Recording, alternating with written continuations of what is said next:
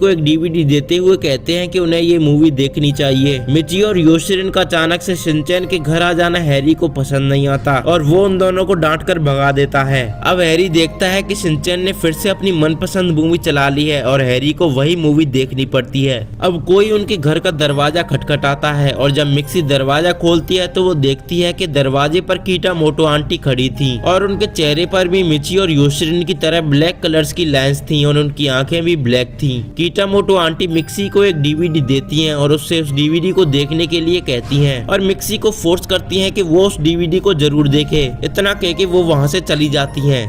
अब घर के फोन की घंटी बजती है और जब मिक्सी फोन को उठाती है तो दूसरी तरफ से मसाओ बात कर रहा था, जो मिक्सी से शिनचैन को पार्क में भेजने के लिए कहता है। फिर मिक्सी शिनचैन को बताती है कि उसे मसाओ बुला रहा है। फिर शिनचैन मसाओ से मिलने के लिए पार्क में चला जाता है। अब शिनचैन पार्क में पहुंचता है और मसाओ से मिलता है। फिर हम देखते हैं कि मसाओ के फेस पर भी ब्लैक कलर्स की लाइंस बनी हुई थी और उसकी आंखें भी ब्लैक थी। फिर मसाओ शिनचैन को वही डीवीडी दिखाता है जो मिची और योशिरिन और कीटामोटो आंटी नोहारा फैमिली को दे के गए थे। मसाओ शिनचैन से उस डीवीडी को देखने के लिए कहता है और जब शिनचैन नहीं मानता है तो वो उससे डरावने तरीके से बात करता है, लेकिन शिनचैन को मसाओ का बर्ताव सही नहीं लगता, इसलिए वो वहां से बिना डीवीडी लिए भाग जाता है।